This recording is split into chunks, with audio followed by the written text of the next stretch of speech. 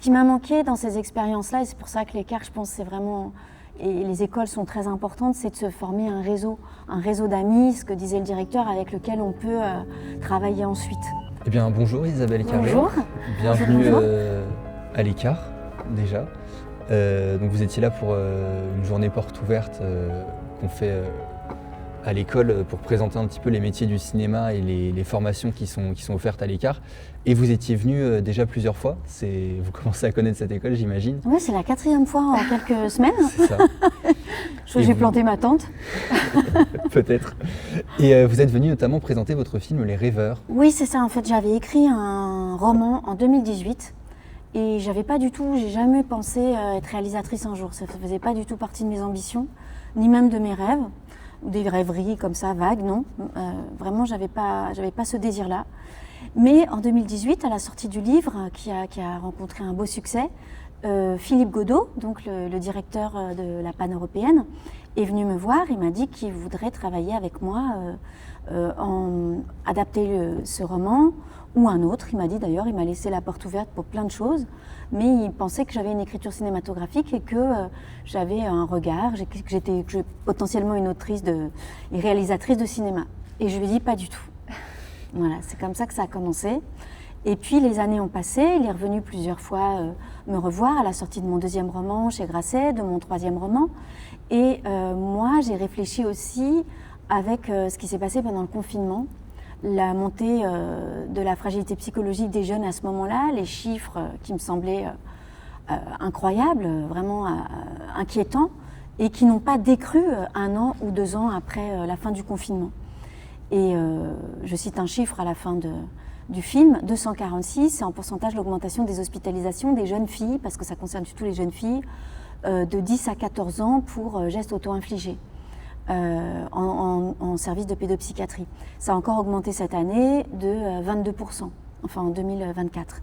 Donc je me suis dit que ça pourrait avoir du sens de mettre mon expérience dans les années 80 avec ce que vivent les jeunes d'aujourd'hui.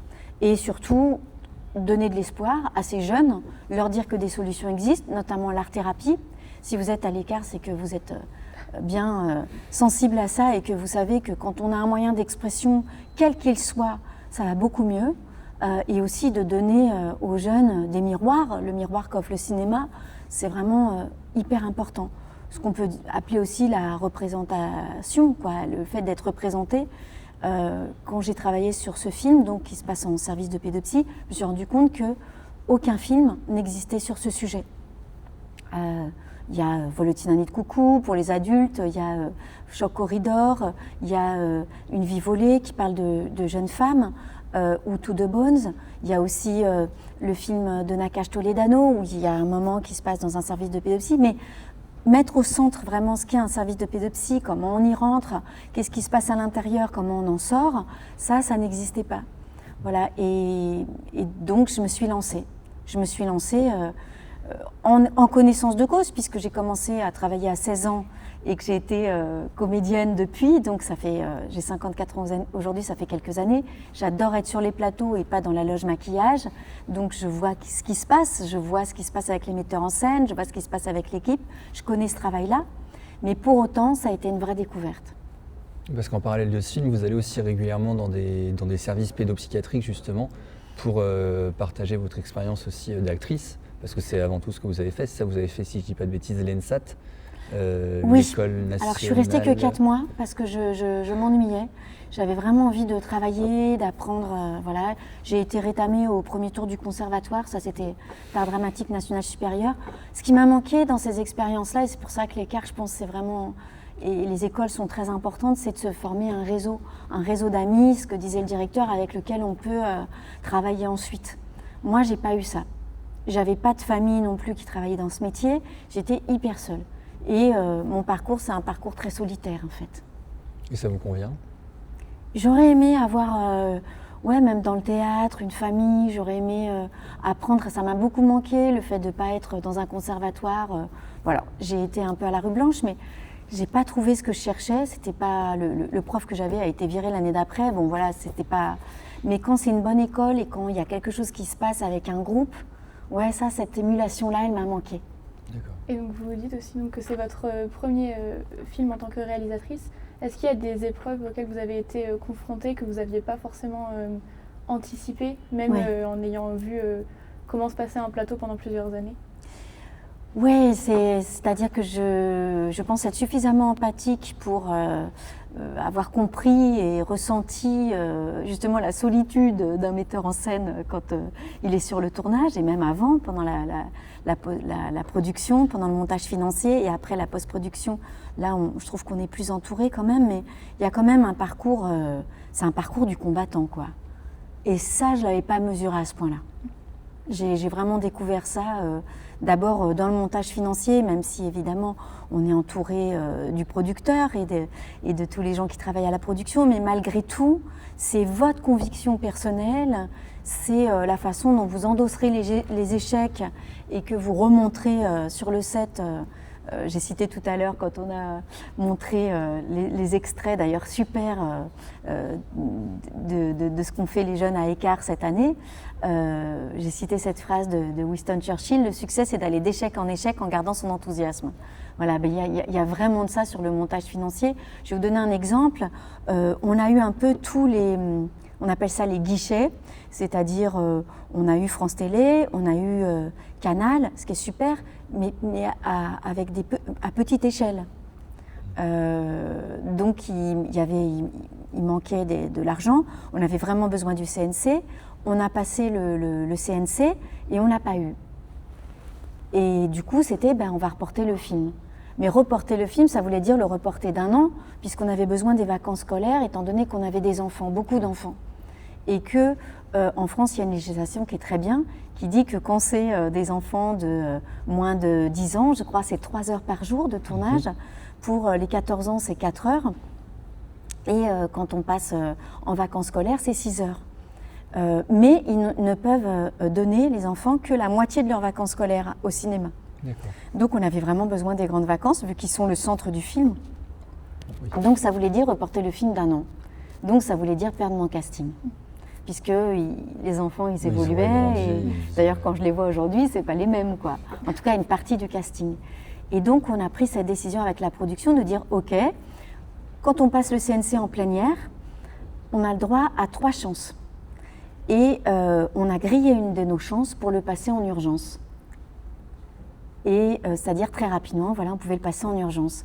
Et là, j'ai sorti mon cahier où j'avais été voir, je ne sais pas, voir ou contacter une 50aine d'associations sur le sujet, et je leur ai lu la liste en disant voilà, je vais vous montrer à quel point on en a besoin. On a fait tout ce travail-là et on n'a pas pour l'instant obtenu de sous, donc on a vraiment besoin de vous et on a vraiment besoin aussi de votre argent pour pouvoir être à la hauteur de cette législation française et ne pas, qui est une bonne chose, et ne pas essayer de tricher, quoi.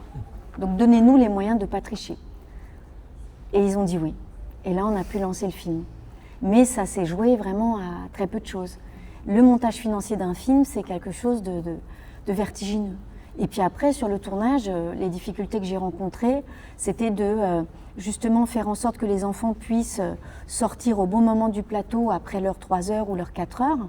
Et du coup, on a fait un découpage qui n'avait rien à voir avec comment aider des acteurs à bien jouer, mais comment faire en sorte de libérer au plus tôt les uns et les autres. Ça, c'était une vraie pression, un vrai challenge. Et après aussi prouver à l'équipe technique, ça j'étais sans arrêt sur la sellette, je ne suis pas une actrice qui tourne, je suis un vrai metteur en scène. Et donc pour ça, il fallait que j'ai des idées, il fallait que je sois forte dans mon découpage, et ça c'était tous les jours quelque chose à prouver. Et ça c'était un peu coûteux au niveau de l'énergie pour moi. J'espère que si j'en fais un deuxième, j'aurai moins besoin de prouver ça. Est-ce que vous pensez que travailler en tant que réalisatrice avec des enfants, c'est une toute autre manière de travailler qu'avec des adultes? Est-ce que la manière de leur parler, de les approcher est différente ou... Oui, c'est très différent parce que d'abord, c'est des êtres en devenir, donc il y a une fragilité qu'il faut prendre en compte tout le temps. Une fatigue, un manque de concentration, parfois il faut arriver à les diriger en les remobilisant, mais d'une façon douce, donc ça c'est un vrai challenge. Et puis pour la plupart, ils n'avaient jamais joué. Il y en avait 2 ou 3 qui avaient déjà joué, mais la plupart n'avaient jamais joué. L'actrice principale n'avait même pas pris de cours de théâtre.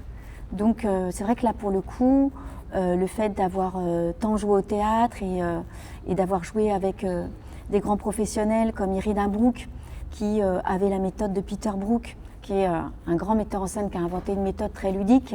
Bon, ben ça, c'est vrai que c'est quelque chose qui m'a beaucoup aidée. On faisait beaucoup des jeux, on a fait des répétitions avec plein de jeux, tout ça, c'était vraiment chouette.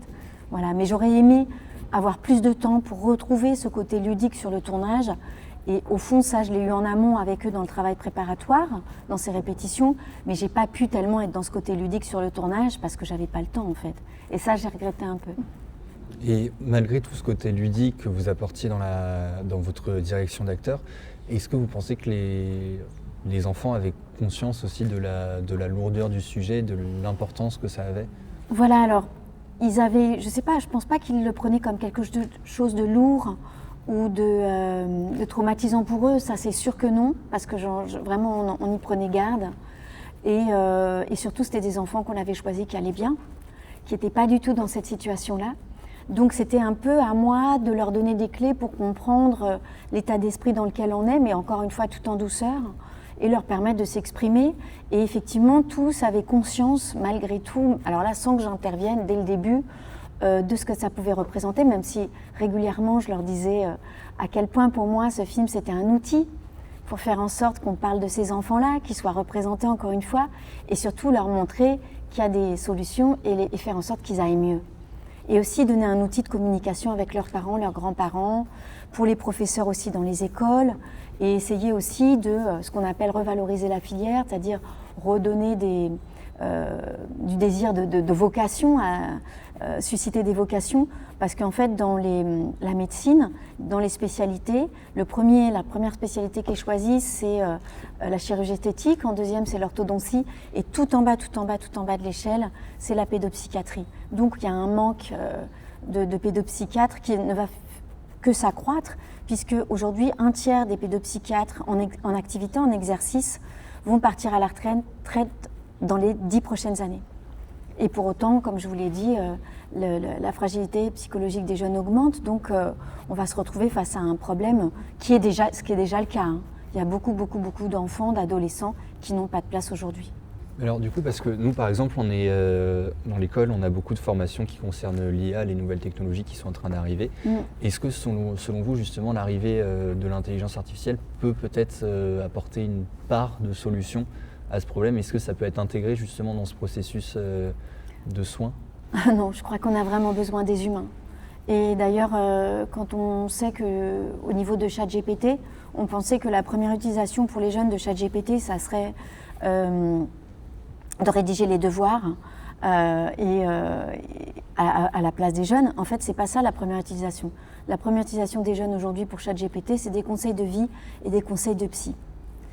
Et le gros problème par rapport à ça, c'est que ChatGPT, il ne va être que dans l'empathie, et ce qui est déjà bien, mais dans le fait de conforter l'adolescent dans ce qu'il pense, pour créer une dépendance.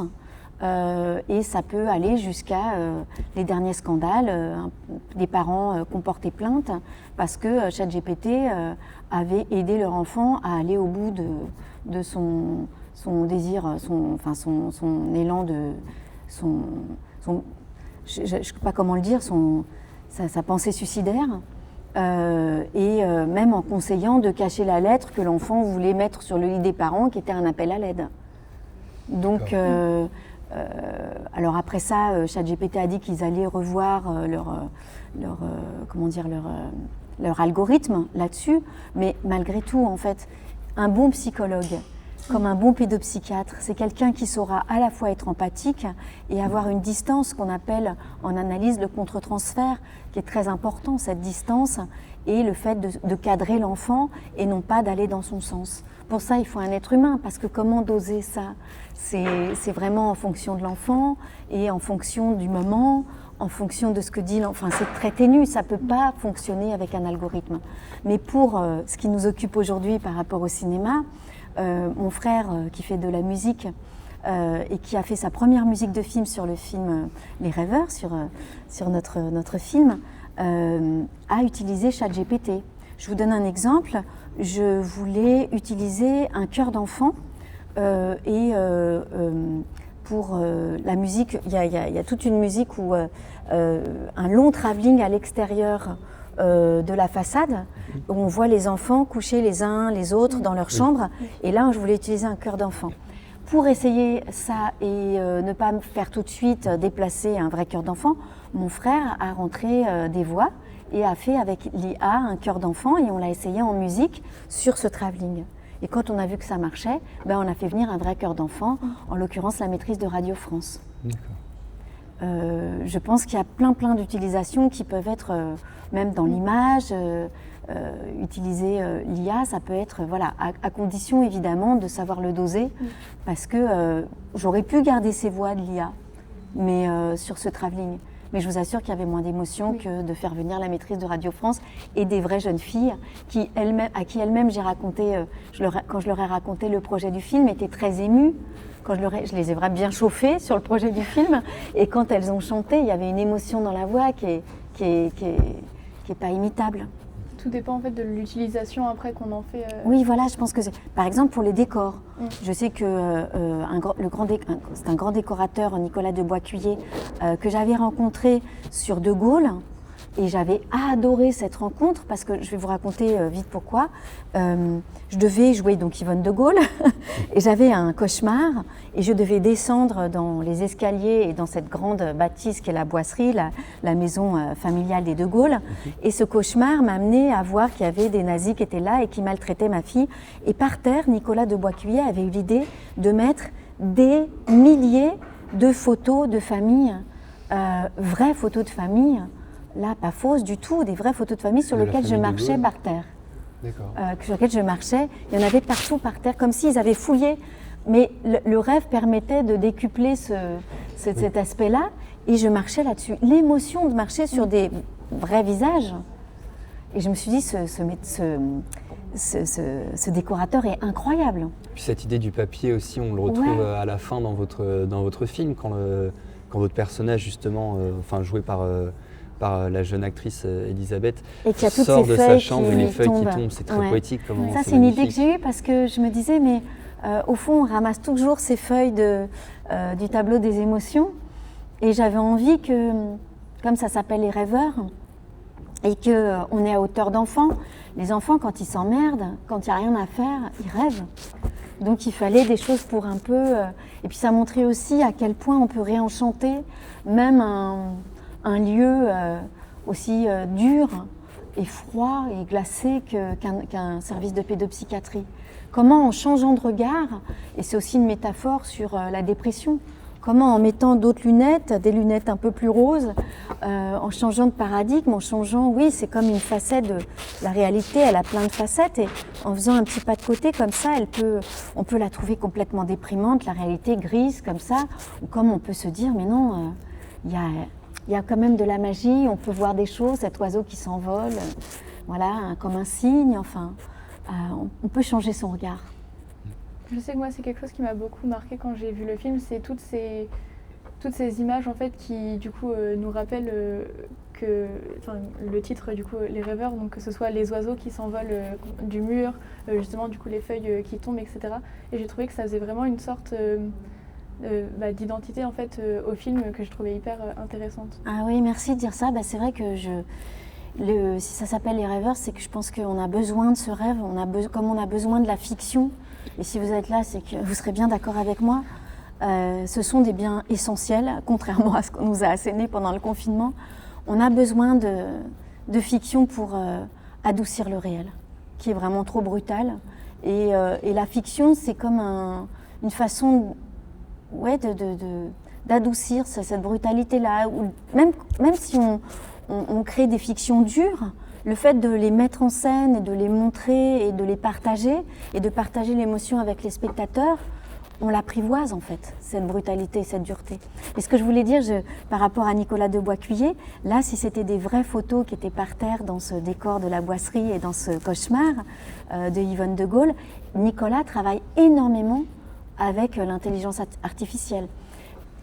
Quand je lui ai demandé je lui ai donné plein de références de cet appartement qui ouvre le film Les Rêveurs, qui est vraiment mon appartement d'enfance. Et vous imaginez ce que c'est que d'avoir vécu dans un appartement dont je n'ai jamais vu ni de près ou de loin depuis toutes ces années, donc 54 ans, d'équivalent. Donc il fallait que je lui fasse rentrer dans cet univers très très particulier, entièrement rouge, le plafond marron, tous les objets rouges. J'avais un père designer dans les années 70, donc c'était vraiment l'éclate, mais en même temps il y avait un vrai... Et par exemple, il y avait des tableaux que je n'arrivais pas à retrouver. Donc j'ai essayé quand même de trouver des références, et avec l'intelligence artificielle, on a pu les recréer. Génial. Et c'était génial, parce que du coup, j'ai pu remettre des tableaux qui n'existent plus en fait, que je n'ai pas, que je ne possède pas, et on les a recréés comme ça avec l'intelligence artificielle. Parce que malgré le fait que ce film porte vraiment sur votre vie, sur vos souvenirs, sur la manière dont vous avez aussi, dont vous vous rappelez de tout ça, j'imagine qu'il y a dû y avoir énormément de documentation sur, ne serait-ce que pour retrouver justement tous ces tableaux, pour vous remettre dans le bain aussi de cette époque. Mais ça, j'ai adoré faire ça. Il m'a pris pour une dingue, hein, mais j'ai adoré faire ça. Aller retrouver les tableaux de mon enfance, ou si je ne les retrouvais pas du même auteur, du même peintre, chercher les bonnes couleurs, le bon rouge, aller chez Pierre Cardin. Pierre Cardin nous a ouvert ses portes et même des hangars entiers d'objets qu'il avait dessinés ou pas, ou qu'il possédait, parce que mon père travaillait chez Pierre Cardin et dessinait les tissus en fait là-bas. D'accord. Et comme c'est le créateur qui a fait le plus de licences, on appelle ça des licences, c'est-à-dire maintenant vous savez ce que c'est, je pensais, des produits dérivés voilà, sous sa marque, mais qui en fait n'étaient même pas dessinés par lui à la fin. Hein. Mais voilà, et donc il y a des objets, mais des centaines, il nous a tout prêté. C'était extraordinaire.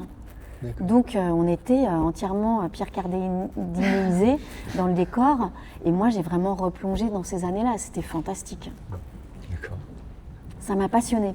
L'autre chose qui m'a beaucoup passionnée dans la réalisation, alors les décors j'ai adoré, la lumière avec Irina Lubchansky, c'était vraiment extraordinaire de lui dire voilà, je voudrais commencer sur ce rouge, et le rouge, d'être dans un appartement entièrement rouge, le rouge c'est très très très difficile de filmer des acteurs dans le rouge. Oui. Parce que tout de suite, ils sont orange, ça fait pas une très belle lumière, c'est écœurant, enfin, il y a un côté trop chargé. Et elle a réussi à filmer ça d'une façon incroyable, ça devient magique. Et notre idée, c'était d'avoir des luttes dans la caméra différentes pour chaque époque. Et notamment, par exemple, d'avoir une lutte pour l'hôpital, où tout à coup, ça devient très bleuté, très froid, les fenêtres sont cramées. Et petit à petit, on remet de la lumière, on peut revoir à travers les fenêtres, comme si le personnage, vous voyez, ces histoires de point de vue, de comment on regarde le monde, on est tout embué quoi, dans cette dépression, et petit à petit, les choses redeviennent étincelantes. Oui. Et pourquoi j'ai choisi Irina, c'est parce que j'avais vu qu'elle avait fait Roubaix une lumière de Desplechin, où elle travaillait beaucoup derrière les vitres. Il y avait beaucoup dans les vitres de taxi, les vitres de la maison dans une des rues de Roubaix. Il y a beaucoup les personnages qui observent comme ça derrière la vitre avec des gouttes de pluie un peu embrumées, ce froid, la nuit. Enfin, voilà, une lumière assez froide. Et dans le film de Noémie Lovski, La Grande Magie, au contraire, cette lumière étincelante, très vivante, très belle, avec plein de couleurs, un peu comme cette lumière d'été, vous savez, quand on est petit et qu'on admire la lumière qui traverse les verres et tout devient très très clair et très joyeux, comme si la lumière vibrait, était vivante d'une chaleur d'été, quoi.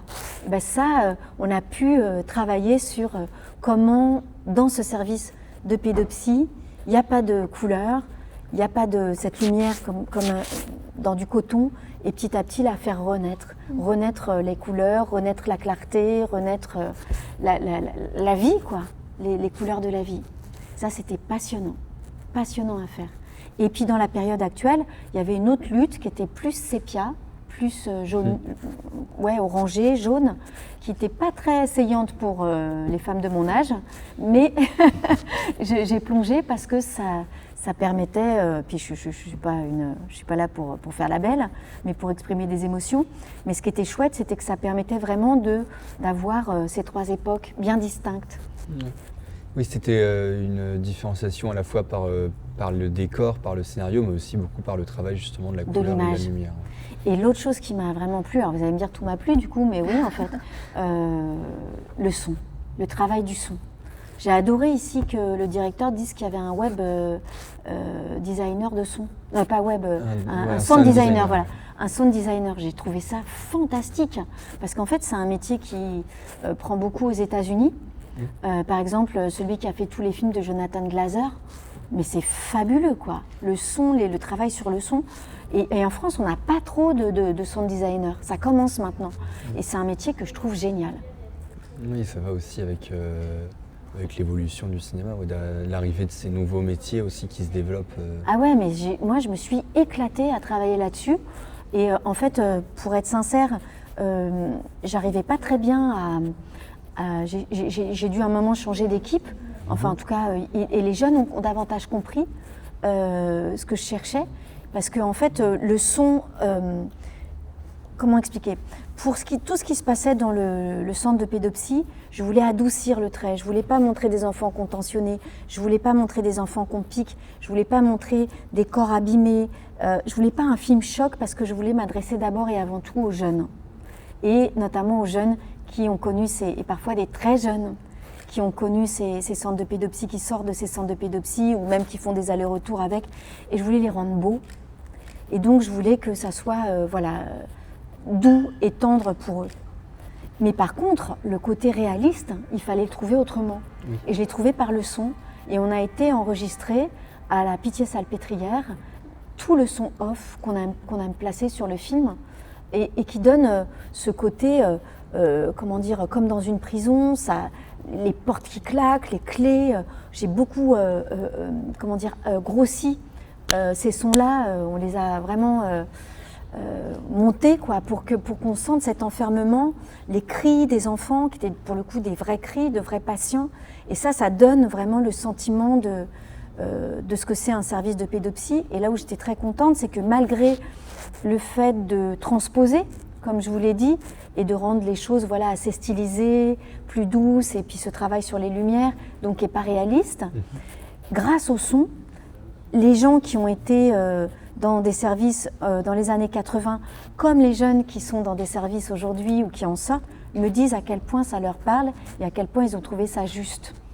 Donc comme quoi on peut transposer et trouver une autre façon de raconter la vérité et être quand même dans un film qui sera sensoriel et qui replongera vraiment les gens dans une vérité. Et justement, vous dites que c'est un film qui éveille beaucoup d'émotions chez les spectateurs. S'il y avait une chose que vous aimeriez que les spectateurs retiennent de ce film pour qu'ils repartent avec quelque chose, qu'est-ce que ça serait ? L'envie de faire. L'envie de faire, et c'est pour ça que je le dis aussi ici dans cette école, ne surtout pas se poser de questions de légitimité. Moi, je m'en suis beaucoup trop posée. Vous voyez, j'ai même pas eu le réflexe de me dire, tiens, je pourrais être metteur en scène. Il a fallu que ça soit quelqu'un, Philippe Godot, qui me dise, mais tu peux le faire. Ça, je pense qu'aussi, ça fait partie des femmes de ma génération qui ont peut-être pas, qui se sont posées beaucoup de questions de légitimité, trop. On nous a vendu une fiction d'une équivalence, d'une égalité homme-femme qui n'existe pas en fait. Et qui commence peut-être, j'espère, à exister aujourd'hui. Mais toutes ces questions de légitimité, qu'on soit un homme ou une femme d'ailleurs, ça on le met de côté. Après, ce que je disais tout à l'heure dans la rencontre, oui, parfois tu peux te tromper et c'était l'aiguillage juste d'à côté qu'il fallait prendre. Il ne faut pas non plus s'obstiner quand tu sens que quelque chose résiste. Enfin, s'obstiner un peu quand même, parce que c'est important. Mais voilà, peut-être c'était chercher le bon aiguillage où tu le curseur, c'est quoi? C'est si on est heureux aussi. Si on arrive à s'exprimer, si on est heureux, même si c'est dur et que tu te prends des claques, mais si tu es heureux, si tu as l'impression que c'est ton chemin, obstine-toi. Par contre, si tu souffres, à un moment donné, dis-toi, attends, c'est peut-être là, tiens, je vais faire ce pas-là, ce pas de côté. Et plus globalement, au-delà des métiers, avoir un endroit où s'exprimer. Que tu en fasses ton métier ou pas, juste avoir... c'est ça la clé.